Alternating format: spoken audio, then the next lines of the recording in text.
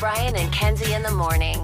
And Chicago's alternative all day. Q101. Brian and Kenzie on Q101. Time for a fact that makes your brain go. And this relates to today, July 11th, 2025. You get something free today, July 11th, 2025, and we'll tell you all about it when we get there after Lincoln Park. But Kenzie, do you have an idea? So think about where we are in summer, where we are July 11th, 2025. You get something free today, and we'll tell you exactly where to go get it.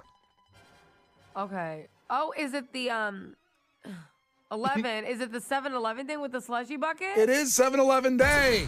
I'm going to pull the plug right there in case you don't get the guess. Kenzie got it. Sorry. My guess was wrong. What was yours going to be? I was hoping it was going to be a damn umbrella the way it's raining outside. It was Free Umbrella Day. It's free umbrella. I hope so. I almost swore Sorry, just Brian. now. I didn't think I'd actually be right. No. Well, I didn't count it. I said July 11th 4 times, but hey. Today is National 7-Eleven Day, and they offer free Slurpees. So Is this the one where you bring your special buckets? now it's so funny you say that. I'm sorry that I have so much information on it. I don't know if I'm ruining everything. No, you're not ruining anything. He's like, turn my microphone. You can do the fact if you want to. Go ahead, take the paper. Go ahead. No. Kenzie, you always complain about how your name's not first on the show. You want to lead this segment? Yeah. Sorry. No, don't apologize. All guesses. Because I can tell you this, right? This was a week ago. We were talking about this day off the air, myself and Case in the car ride home. And I said the same. Without me, I would know it. So this was not front of my mind. I'm not driving you to Elgin home. I'm driving Case to Uptown. He's always favorited. Yeah. It's like the group chat Brad and I have where it's just us. It's just not fair. You know, It's when not you're right. when you're 48 miles closer, you're going to get a ride home. Well, until I move fully on, then he's Yeah, losing his exactly. ride home. Yeah, I'm losing a lot of things. Yeah, it's a tough day, tough week. Tough year. But Kenzie, when Case actually told me it was 7-Eleven Day next week, remind me about the Slurpee thing, and I said exactly what you said. I said, "Is that the one where you can bring a bucket in and get it full of a Slurpee?" Now they do have that day. It's not today. Oh. Yeah, there's that day where you can bring anything up to a certain size, and they will fill up a Slurpee, whatever you want in whatever reciprocator you get. Which I don't know that day. Because Yeah. I made fun of Brian when he asked me that. Because that's not the way I play ball at 7-Eleven. That's not what today is. And I can't think of, Kenzie, you're going to know. I'm going to do a visual for you. When you're watering flowers and you have the canister of water, what's that called? Watering plants? What? Yeah, but what's it called when the thing you put water in to water the plants? A pot? No, not what the plant is in, what the water's in that you dump on the plants. What's it called? You know what I mean. You put water in the thing, and then it's almost like a handheld shower. Oh, we're starting off great here today. No, but answer the question. Don't make fun of me. Answer the question. Where you put water into a facility. Yeah, keep going. And then it's got a skinny neck, Yep. and then it's got the end I'm sorry.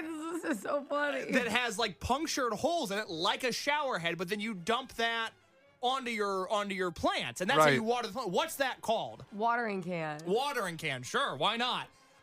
That's not what you were looking for. That's not it. Brian goes, "Is this what I can take, my whatever into 7-Eleven?" And I thought, like, what's this guy going to bring in a watering can to 7-Eleven and fill a Slurpee with that? That's your first thought on me taking what I take into 7-Eleven and get it filled with a Slurpee is a watering can. I just assumed your fat face would take the biggest thing you could find. Why wouldn't you say an empty keg of beer, which you probably thought I had at my house?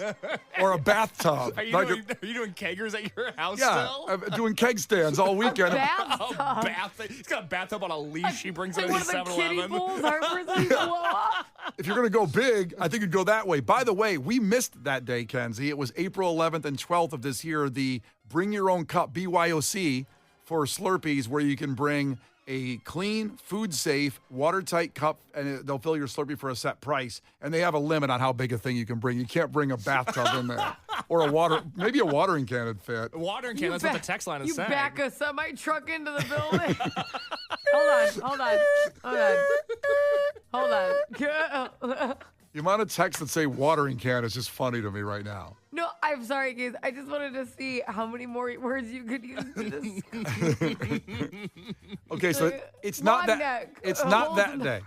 It's 7-Eleven Day is not that day. The watering can day. What you do is you Like I can. have my beach bucket here for no reason. Now, nope. You can just sign up. Rewards member can get a free Slurpee today, a free small Slurpee. They've been doing this since 2002. Actually, rewards members can sign up, which I'm a 7-Eleven rewards member. As am I. You can get a free Slurpee between tomorrow and July 31st. Pays to have the app. You have the app, the 7-Eleven app, Kenzie? I do not. You should. I can certainly get it. You should. You should download it. I'll have some more facts about Slurpees after Lincoln Park, since Kenzie guessed it.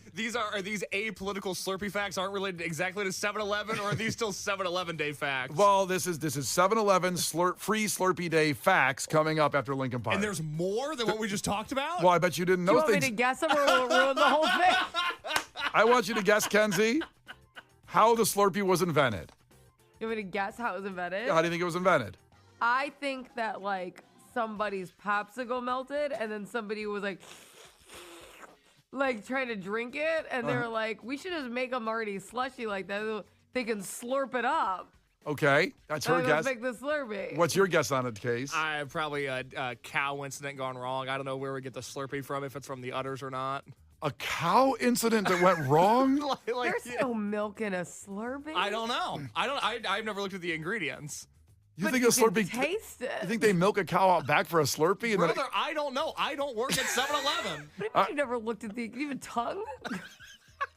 All right, you know what? I'm glad we asked that follow-up question of facts. We'll give the answer on that, how the Slurpee was invented. You're not going to believe it after Lincoln Park. Brian and Kenzie.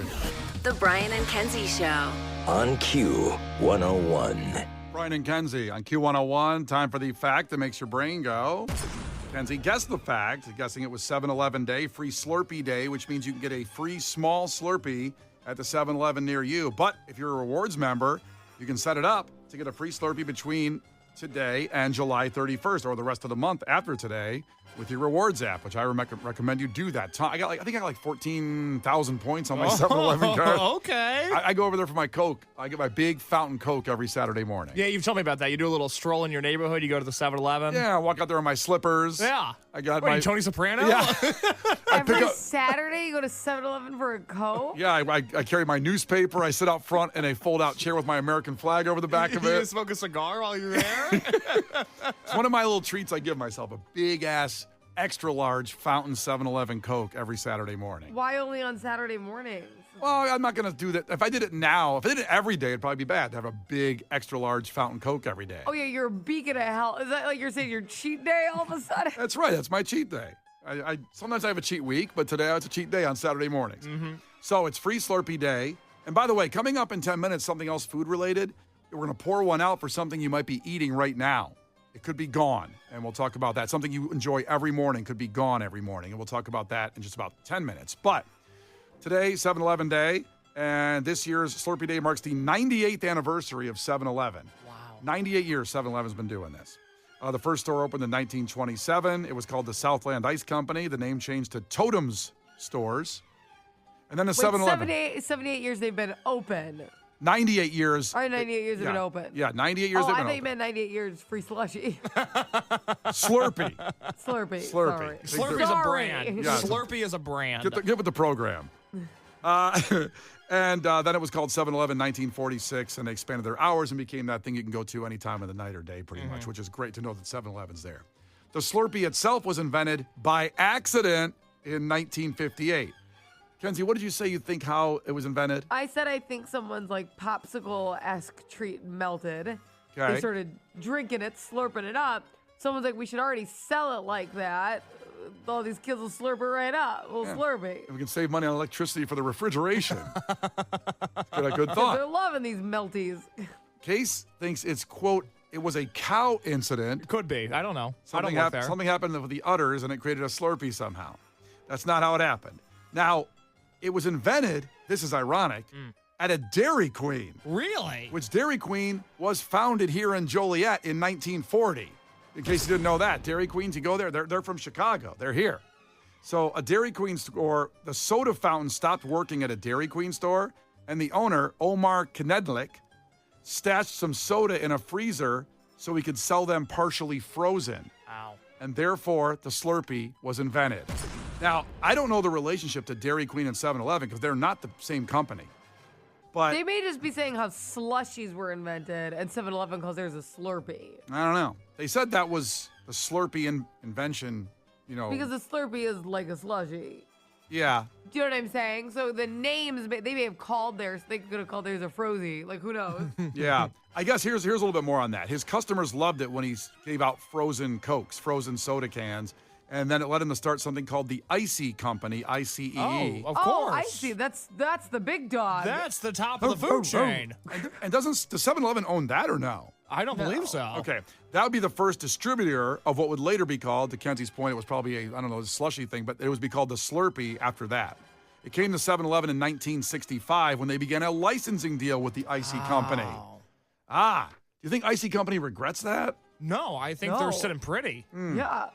I guess they got, They got money for a licensing. I guess it's like the Chili Peppers sell the licensing of their songs now for $300 million. I saw they're doing that.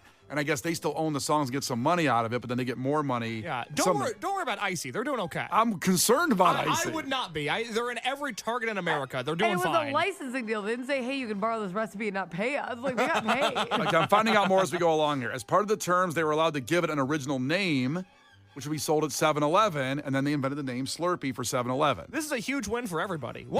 How is this not a movie? What a business deal this was. Well, someone got to work on the script. Wow. In 1965 was the Slurpee? 65 is when the Slurpee came to 7-Eleven. It was invented by accident in 58. So think about that. There were 7 years before it came to 7-Eleven when it was sitting around at this Dairy Queen, and then Icy Company comes in and goes, you guys got some. Don't tell them what they got here.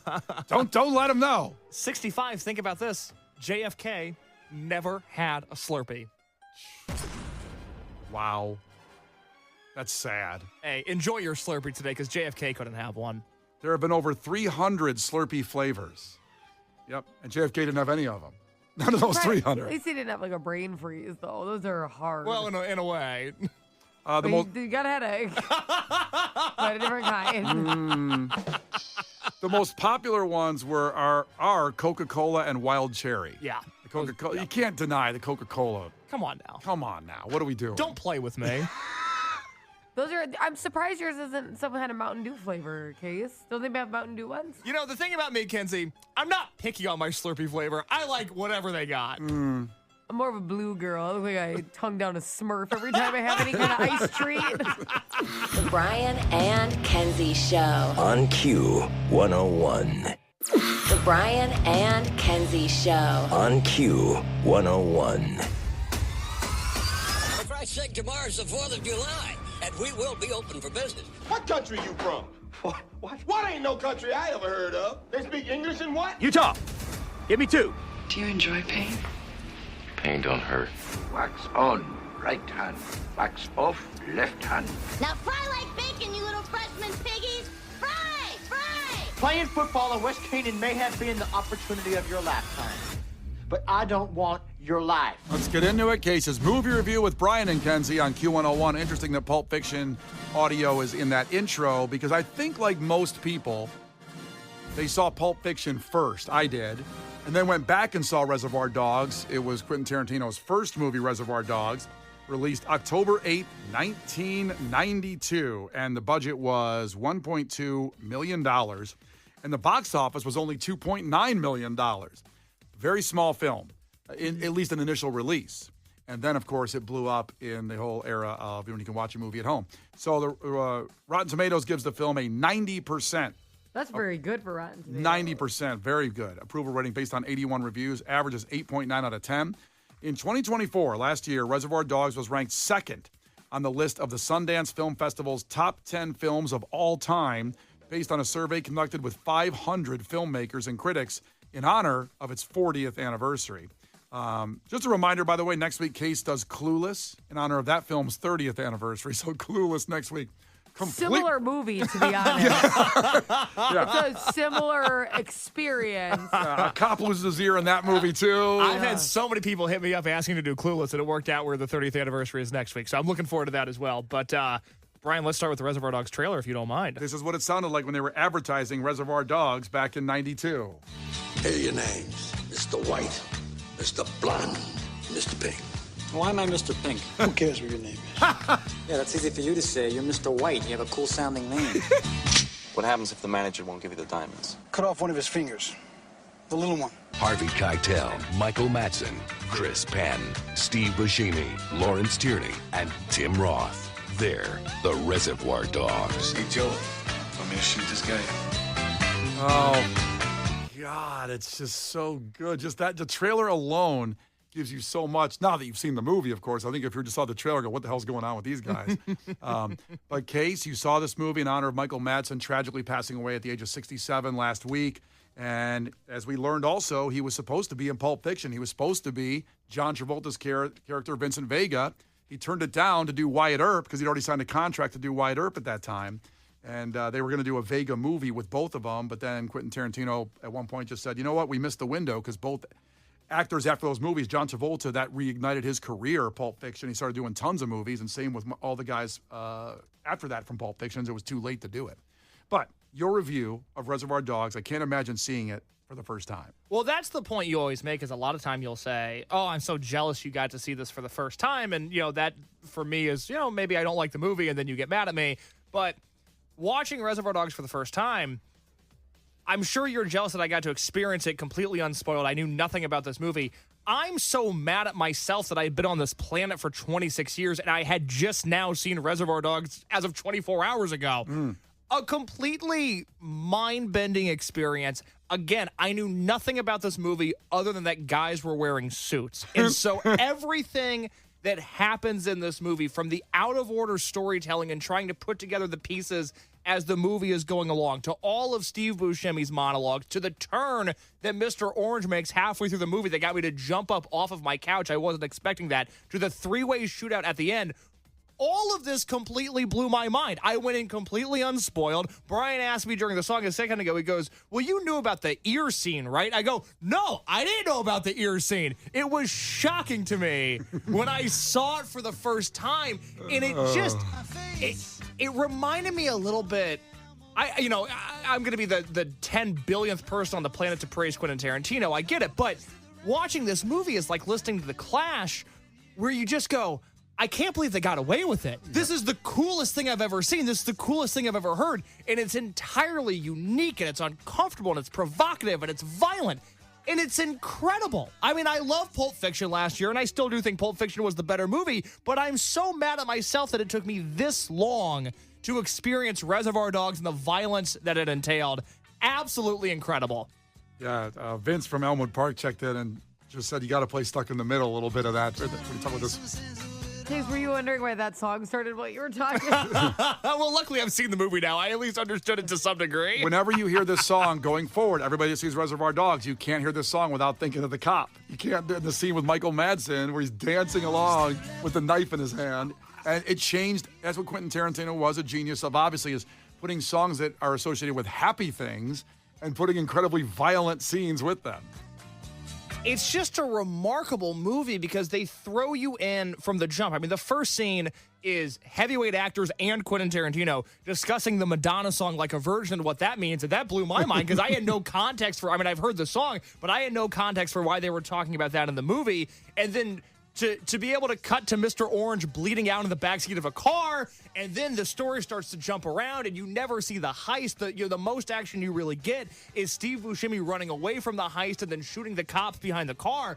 It is all mind-blowing to me, and it reminded me a little bit of when I watched The Departed. I mentioned during that review that in the scene where Leo beats up the guys in the convenience store and kills them, from that point on, it's like a landslide. Everything is downhill and happening so fast, and it feels like anything could happen. In this movie, from the very jump, there's no way to predict what's next. You don't know where you're at in the day. You don't know where you're at in time, in history. You don't know where you're at in the story. It is all just assaulting you scene after scene after scene. And I gotta say, and I continue to come back to this point, in case you weren't aware, movies, they're pretty good. Well, not all of them. But this one is pretty good. This one's pretty good. And, I'm surprised in my brain when we talk about, you've now seen Point Break, you've seen The Town, and you've seen Heat. Yeah. The trilogy. I keep watching Heat. I just can't turn it off. The trilogy of amazing bank robber movies.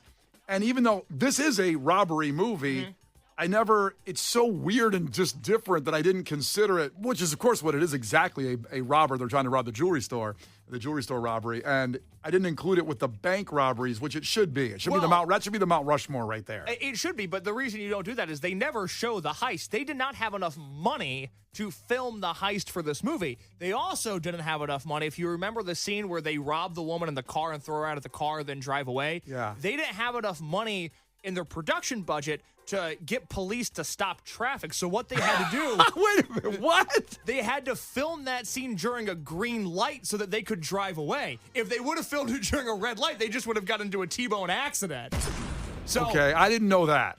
So obviously the woman in the car that gets thrown out of the car is an actress. She knew what she was getting into, but they had to do it during a real LA traffic stop, and they had to time it to where she could get thrown out of the car during a green light so that they could drive away, because this movie was done on such a small budget. They don't have enough money to show the heist, which it's a little bit like Jaws, where it actually makes it more interesting. If they showed the heist, it wouldn't have been as good. Yeah. Absolutely, 100%. They're so happy you feel that way because they don't have money for the heist. That's right. That's like yes, we knew that once they blew their entire budget. At least, Steven, I've never heard Quentin Tarantino say that, but you hear Steven Spielberg say, thank God the shark didn't work because Jaws was better without seeing the shark so much. Exactly. Also, someone brought in there, another check-in from Elmwood Park, that what about the Ocean 11 movies? I didn't think about for robbery, heist movies. So many good ones. But only the first one, of course. The rest of the Ocean 11 movies are 12, What's 13. the one where they just do women? Ocean's 8. Ocean's 8. Yeah. Okay. Kenzie, you're not a fan? I don't like sympathy or pity movies. So it's like they do this huge franchise like, okay, let's pretend the women can do it. Now, I found it very condescending. I'm glad you said that instead of me. It felt condescending. It felt like we should make a movie with the women because they'll eat that up. And it was so much like later in the series, it felt like they were like, obviously this would never happen, but let's just take their money and laugh about it. Like, it was just condescending. None of them are worth it after Ocean's 11, which was a remake, by the way. The first one had Frank Sinatra and all those legends. But nothing beats the Clooney, Brad Pitt, Ocean's 11, the first movie. I think those ladies did a great job. I haven't seen the movie, but I'm glad I got a shot. So you're trying to just go along like the Kenzie, the propaganda machine. Sorry. It just felt very pandery. I was like, if you thought that, like, you should have made the first movie like that then. I should totally just disagree with Kenzie just for fun, but I agree with her 1,000%, you know? I thought those ladies How did a good dare job. you, Kenzie? How dare you? Obviously, we watched this movie because Michael Madsen passed away. Michael Madsen was an actor where I knew his name, but I wasn't familiar with any of his work. And even watching this movie, you know, I knew Steve Buscemi, and I knew Tarantino was in the film. But it took me a second to just put together who Michael Madsen was. Great hairline, super handsome guy in this movie. When he's younger, he was handsome as hell. My God, I wish I looked like that.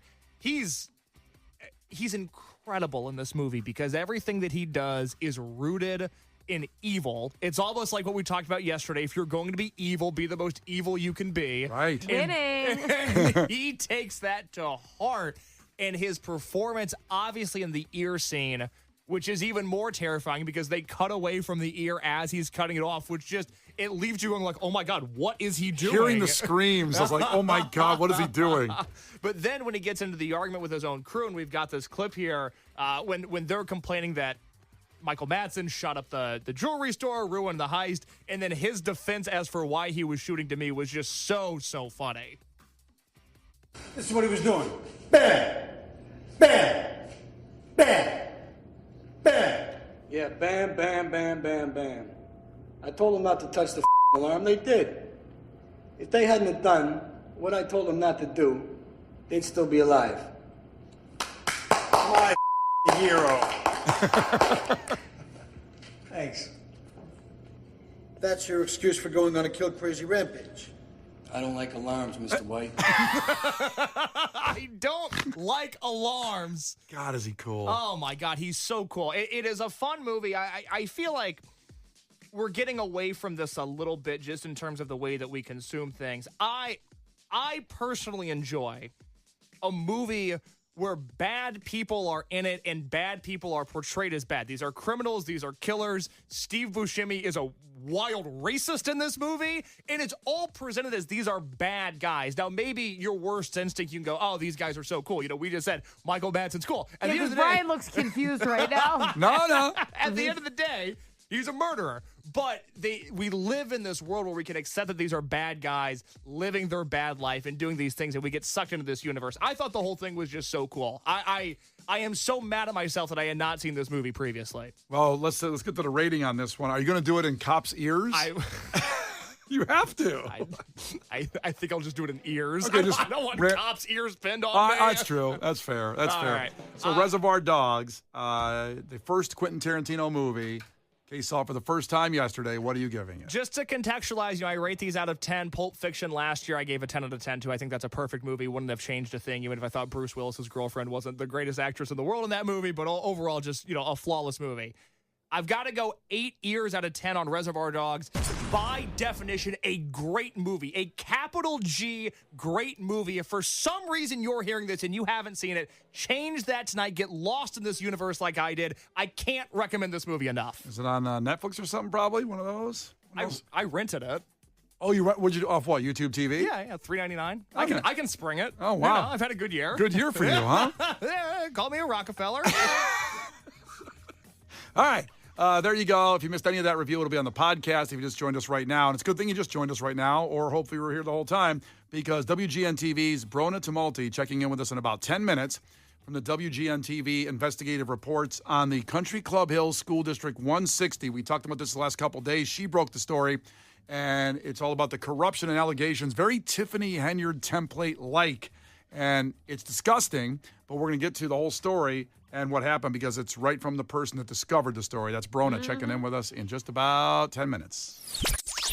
The Brian and Kenzie Show. On Q 101. The Brian and Kenzie Show. On Q 101. Brian and Kenzie on Q101. Very excited to have WGN TV's Brónagh Tumulty on the show, who broke the story with Country Club Hills School District 160, the corruption, as we followed the Ben Bradley vehicle on WGN TV with Tiffany Henyard for 2 years, had Ben on several times, and the investigative reporting team obviously over there is top-notch as they break these stories. Before we bring her on, I want to play the audio of her story that was the second part of her series this week. After the board meeting Tuesday night, had the police called, and what happened and what ensued. So here's that audio of that report. WGN's Brónagh Tumulty has been following the spending issues in the district and joins us now from Southwood Middle School with the latest. Brónagh. Good evening, guys. We could talk all night about the sheer number of issues we've heard about this evening, but overall, a very, very tense meeting indeed. One of the parents and a school board member's daughter getting into a verbal altercation at one point, prompting the arrival of police. Nadas did agree with us that the credit card expenses we put in front of her are colossal. She says the blame, though, lies with whoever is booking the travel for the board. She did mention tonight in the meeting that not all board members need to go on all of the trips. She is going on a trip this month on school district business. She says that one could not be cancelled, and the next one is not until December and is local. Now, the board has been in closed session since about 8 this evening. It's not clear when that will reopen to the public, but the regularly scheduled board meeting is next week, so we'll probably be back here again on Tuesday. Now, before again we bring Brónagh on, I want to play the end of her last story, the first story that led in before the board meeting, where she gets a door slammed in her face like Ben Bradley trying to get the information. Boy, do they get the story no matter what. And this is the end of that story, because the door crashing sounds like a sound effect. It doesn't sound real. With us? I already told you no comment. Okay, but we are trying to get interviews with you to get your side of the story, because there's expense reports. No comment. There's almost $9,000 No in comment. charges No at the comment. Bellagio. No comment. No comment. Okay, Mr. Main, have you ever stayed at the Bellagio? Do you know there's $20,000, more than $20,000 in hotel charges for December of 2024 alone? Get him, Brónagh. Get him. I don't even know what that sound was. There was no door, because he just walked away from me. He wouldn't speak with me, so I don't know what the sound actually came from. It sounded like a sound effect was added in there and a door slammed into your face. I promise you, there was no sound effects added. I don't know what the noise was, but yeah, they wouldn't speak with us, obviously.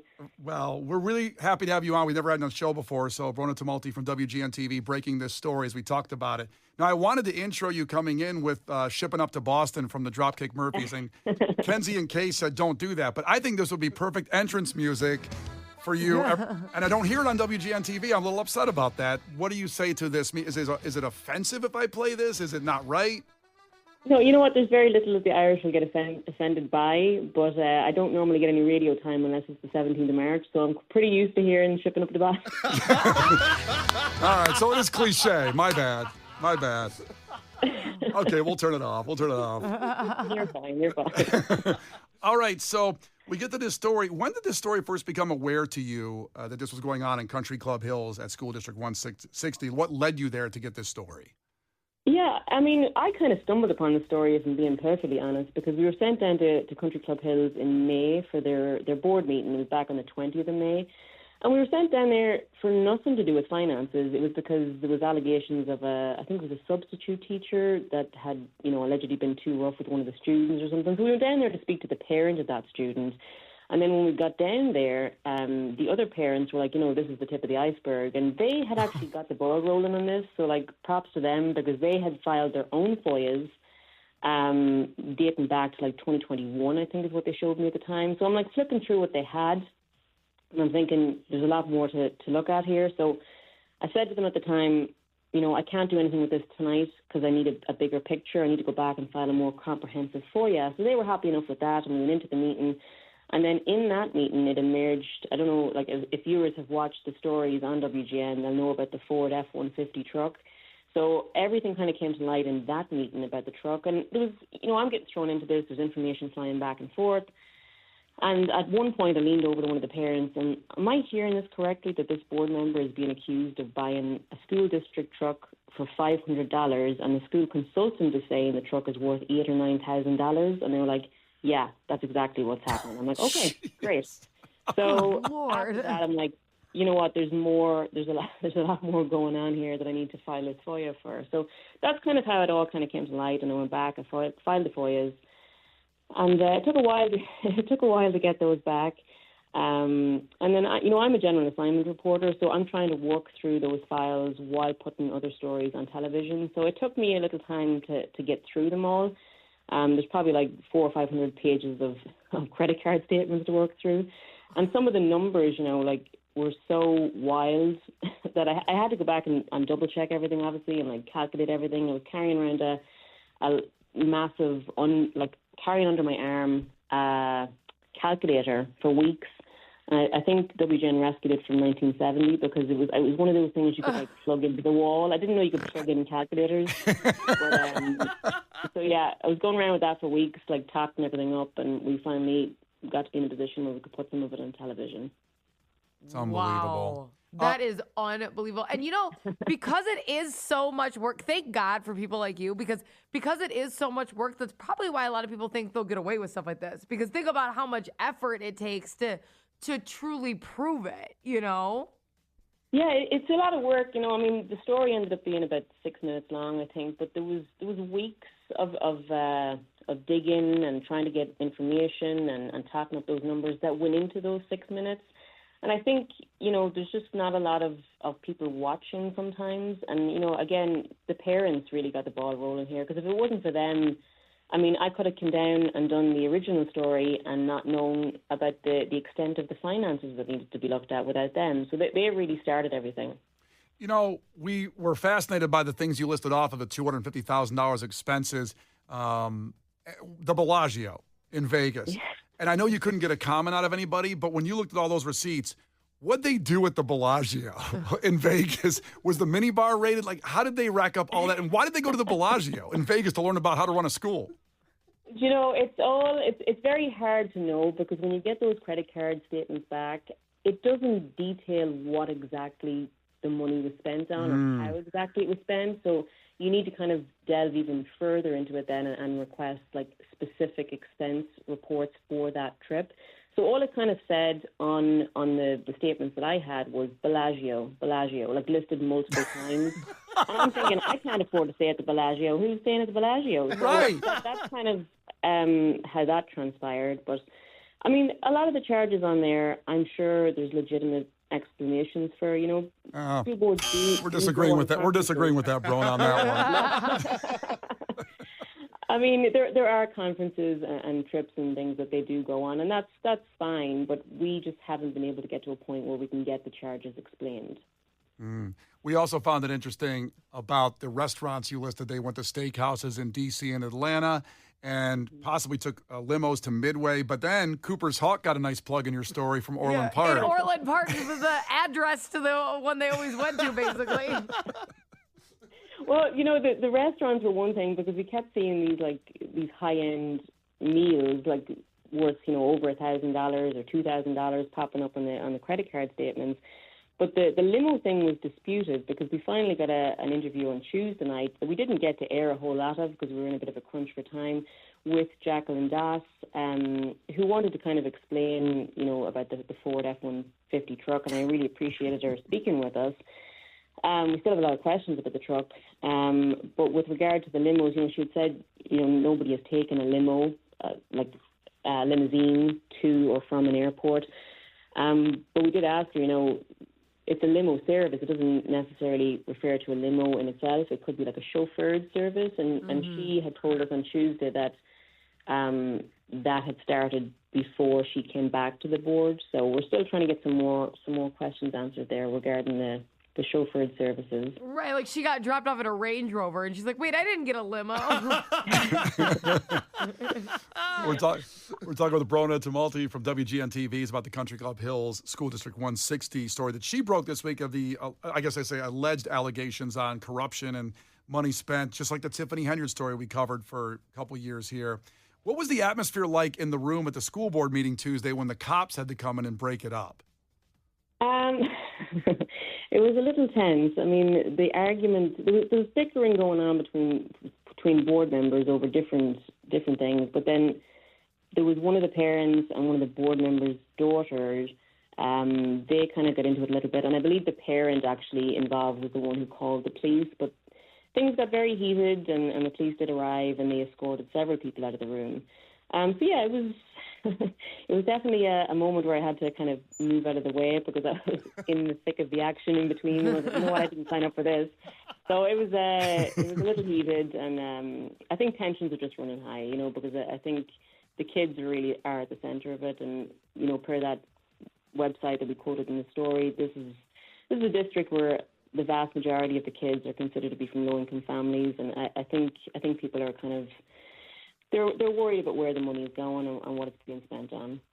I don't know. 7 charges at Bellagio seems totally normal for a school conference. Nothing fishy. You know, 10 grand for a marker for the blackjack table? Sure. Why not? So now we know that Dwayne Megan's been suspended, the school district 60 superintendent, and it's expected to run for 10 days without pay. Is that still accurate information? Has there been anything else happened since that was, I think, Wednesday?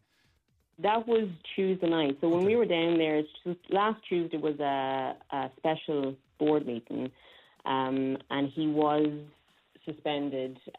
So they had the board meeting, and then they went into closed session, and then they came back into public forum after that, and it was announced then.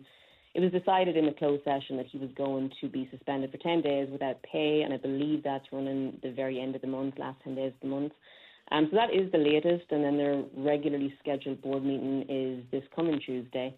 So I'm not quite sure what will come out of that, but we do hope to be there as well. Sounds like a UFC 360 there at the board meeting out there. Maybe wear like a face guard or something. Yeah. Hey, oh, Lord.